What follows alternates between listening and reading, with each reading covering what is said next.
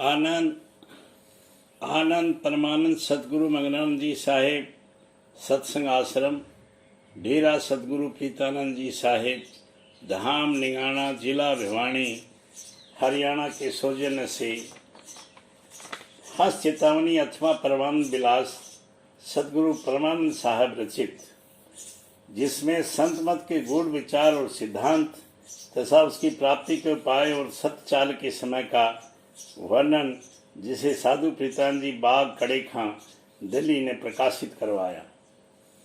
निवेदन, प्रेमी हसजनों और जिन प्रेमियों को अपने जीव का दर्द है, ये कौन और किसका अंश है और यहाँ पर क्यों आया है और 84 लाख योनियों में भ्रम रहा है और जामा अथवा मनुष्य शरीर मिलने पर इसका क्या कर्तव्य है, उनकी चेतावनी अर्थ मौज का सहारा लेकर मौज अनुसार कुछ वार्ताएं लेखना द्वारा प्रमाण सहित प्रकट कर दी हैं।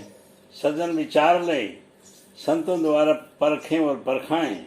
मेरे पास न विद्या न बुद्धि है, हाँ संतों की कृपा है। ये वार्तिक पद बोलचाल के रूप में जान अपढ़ सीधे सादे सत्संगी के वास्ते लिखे गए हैं कि वह अच्छी तरह सुनकर समझ लें। प्रेमीजन जो इसमें कमी देखें पूरी करें। मैं एक मामूली अपढ़ सा मनुष्य हूँ, कायदों मर्यादों से और पदों के बंधे से अनजान हूँ। प्रेमीजन कमी को पूरा कर लें। मेरा मतव्य बस प्रेम से है, कारण बिना प्रेम प्रीतम नहीं मिलता। परमानंद साधु, नकचोटी आश्रम, जींद स्ट्रीट। आनंद। हंस चेतावनी आरंभते। सत्संग दोहा। सत्संगत परताप से अजामेल आदि मतंग, कुसंग छोड़ सजन भय मन में त्याग चितंग। सत के संग का नाम सत्संग है। केवल संतों के वचनों को गाना या उनकी वाणी का बिना सोचे समझे पाठ करना या पढ़ना सत्संग नहीं है।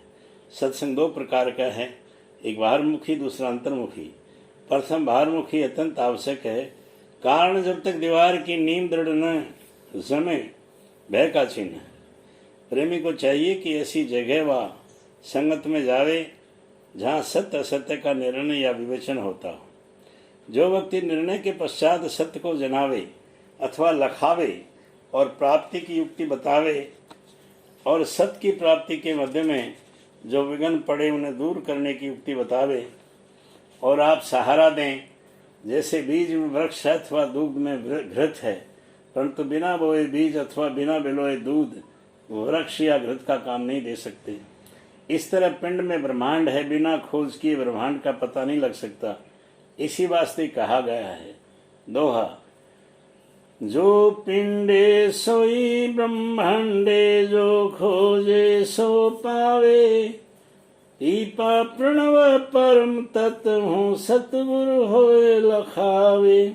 इस वार्ता को सुनकर बहुत सज्जन कह सकते हैं कि पिंडधारी सब जीव हैं, क्या सब ब्रह्मांड का नमूना अथवा प्रतिबिंब हैं?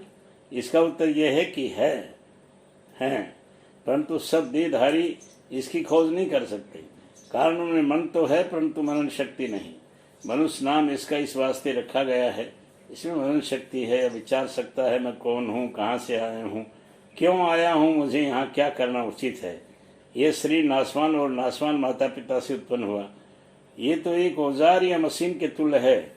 इसका विचार कर चलाने वाला गाड़ीवान रथवान मन है, परंतु वह भी अपने से भिन्न भिन्न सत्ता या प्रकाश से चलाता है। और ये मन दूसरों का हक्स या संगत का प्रभाव अपने अंदर धारण करके कर्म अकर्म कराता रहता है। करे तो मन भोगता जीव है। सब कुछ मन ही होवे तो ऐसा कौन है जो सुख को नहीं चाहता।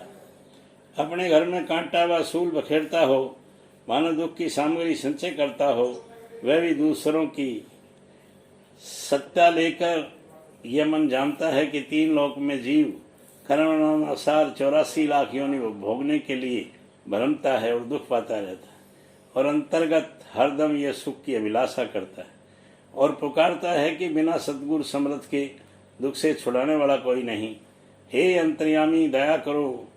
इससे मालूम हुआ कि अंतर में कोई और अंकुरी अर्थात सुरत है, जिसकी सत्या द्वारे मन में मैं तू करता रहता है, और यही रस्सी है जिसे सब संसार बंधा हुआ है। आदि गुरु का वचन है, दोहा।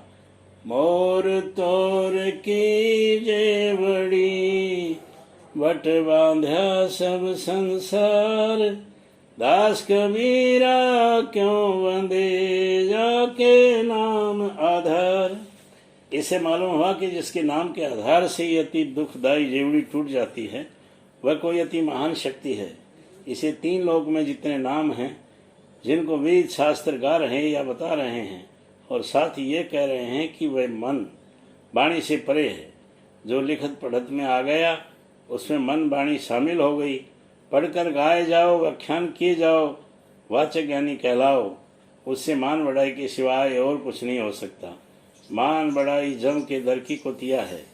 आदि गुरु का वचन है, मान बढ़ाई को करे धर्म राय दरबार, 3 लकुटिया मारा सबको खाया झार। मान बढ़ाई परमार्थ के काम में व्यर्थ है। दूसरी जगह जगह लिखा है कि ऋषि तत्वदर्शी ऋषि इससे विविधित होता है कि ऋषि जिसने वेद शास्त्र जाना परंतु देखा नहीं। और तत्वदर्श के स्पष्ट अर्थ यह है कि तत्व को देखा। और एक जगह इस समय के विद्वान स्वामी दयानंद कहते हैं, अक्रियवान कर्मों से प्राप्त नहीं हो सकता। इसलिए सन्यासी ब्राह्मण अथवा जिज्ञासु कुछ अर्पण करने के हेतु हाथ में लेकर गुरु के पास जावें, विज्ञान की प्राप्ति की युक्ति प्राप्त करें और एकांत हो जावे। मानो एकांत में उस युक्ति द्वारा अभ्यास करें, सब कुछ प्राप्त होगा।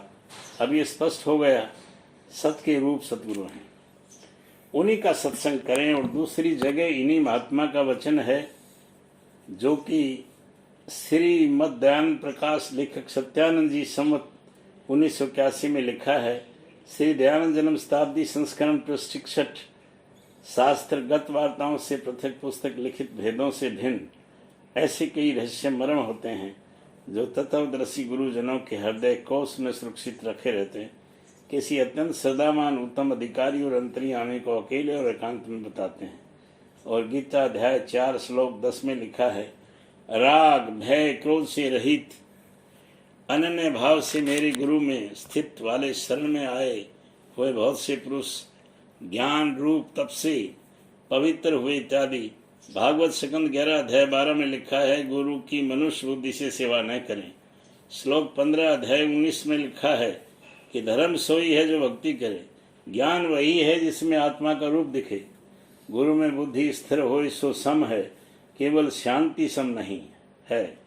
इंद्रियों के संयम दम है, चोर दुष्ट को मारना नहीं, दुख का सहना क्षमा है। बहुत बाहर का नहीं, जीवा उपसय वेग सह सुधैर्य। उद्वेग मन में न उत्पन्न हो।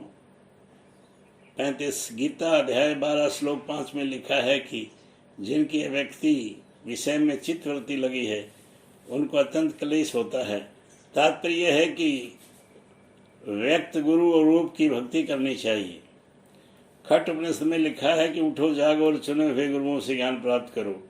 और मनुस्मृति अध्याय 2 में लिखा है, जो शिष्य शरीर की समाप्ति तक गुरु की सेवा करता है, वह विनाशी पद को प्राप्त होता है। गीता अध्याय 2 श्लोक 45 में लिखा है, वेदों का विषय 3 गुण हैं, सत्य रज तम। है अर्जुन, इनकी हद से परे हो, कारण ये विद्या बुद्धि की हद में है। वृद्धारण्यक उपनिषद अध्याय 4 व्रास 4 श्लोक 10-11 में लिखा है, जो मनुष्य विद्या का सेवन करते हैं वह घोर अंधकार में गिरते हैं। जो विद्या में रत अर्थात तत्पर हैं, वो लोग उससे भी पढ़कर अंधकार में प्रवेश करते हैं। ऐसे अनजान बुद्धिहीन पुरुष मरने से पीछे सुख से खाली और घोर अंधेरे से ढके हुए देशों में जन्म पाते हैं। विद्वान साधु भी गुरु की महिमा गाते हैं। दोहा, मात तात भ्रात सुर है, इष्ट देव नर प्राण, अनाथ सो गुरु सबसे अधिक ज्ञानवान विज्ञान आनंद आनंद।